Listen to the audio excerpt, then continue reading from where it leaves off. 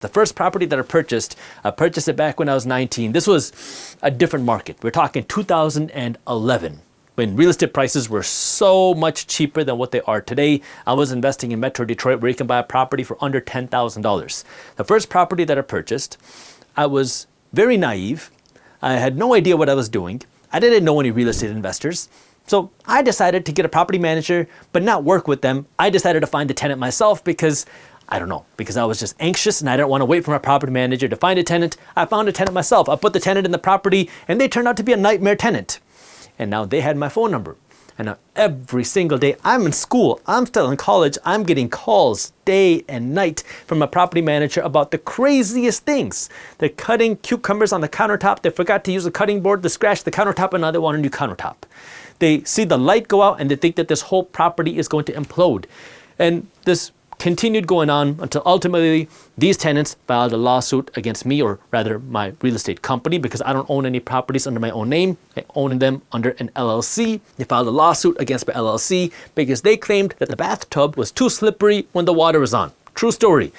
We went through this lawsuit. Luckily, again, insurance was here. Insurance paid for the fees, which is why you gotta have insurance. But then we found out during this lawsuit that they didn't actually slip and fall at my property. They didn't slip and fall in the bathtub. They slipped and fell at a friend's barbecue and were trying to get some money from this quote-unquote rich landlord. But what they didn't understand was I'm just a college kid trying to figure out what the heck real estate investing is myself.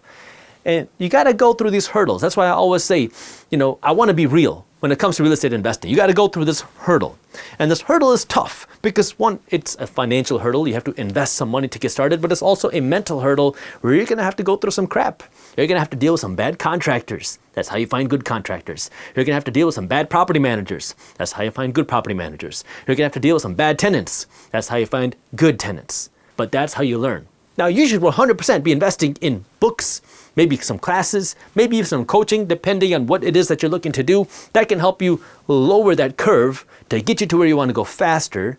But that's a part of the process. You cannot bypass the experience because real estate investing is very powerful. There is so much value with real estate investing. I mean, you can build so much wealth with real estate because number one, you're owning a physical asset and then you get the cash flow. If you do it properly, this cash flow is after paying for all of your expenses, putting some money in your pocket every single month, and now you can work to stack the cash flow. And then on top of that, you get tax benefits on that cash flow.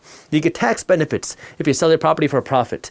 And on top of that, you also get appreciation if property prices continue to rise. Now, I don't like to talk about appreciation that much because you can't predict appreciation. Like, you really don't know what home prices are going to be next year or 5 years from now or 10 years from now, which is why I never look at appreciation as a factor when I'm considering a deal. That's just icing on the cake. If you get it, great. If you don't get it, oh well. But you can predict and calculate cash flow, rental income much better because you can kind of get an idea of what is the market rent today. If we can lease this property today, what kind of rents are we going to get? What are the expenses going to be?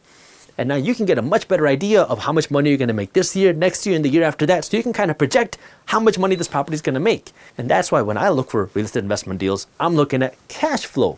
Is this property going to cash flow? Yes or no? If yes, is it enough cash flow? Now, enough cash flow is a very subjective term. For me, what I'm looking for is a 7% cash on cash return, meaning for every dollar that I invest, I want 7 cents of cash flow. If I invest $100,000, I want $7,000 a year in cash flow. Now, is that a lot or a little bit? It just depends on you, your goals, and where you're investing and what types of properties that you're investing in. But this is where what you got to understand is real estate is great. There's a lot of really good things that come out of real estate. You got the cash flow, you got the tax benefits, you own a physical asset. But it comes with its own risks as well. What are the risks? The risks are you could see an economic crash. Rental prices could fall. Property prices could fall. Tenants could destroy your property. Or a random dude driving down the street who's drunk can drive their car into your property. And sometimes you don't believe that these things are going to happen until it happens to your property. And what else you realize is the more properties you buy, the more crazy things you see.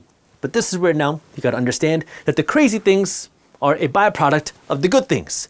You get the good things, but the good things come to crazy things. And what you got to do is understand how to deal with the crazy things so that way you can keep your eyes on the good things and keep getting more of the good things. Because at the end of the day, real estate is one of the biggest wealth building tools in this country. Is there some crap that you have to deal with? Absolutely. But you can help mitigate that crap by building a good team. That way, when these things happen, you can refer them out and you don't have to spend your time doing it, because I just don't understand how real estate investors can sit there talking on the phone with tenants all day and night long about, are you going to pay rent? Who's going to deal with this repair? Who's going to deal with the property taxes? I don't want to deal with that. I don't even know the names of the tenants in my properties. I want to own the properties, renovate them, make sure they're really nice, and then hand over the keys to the property management company, and then let them deal with all the day-to-day stuff. That's the way that I look at real estate investing.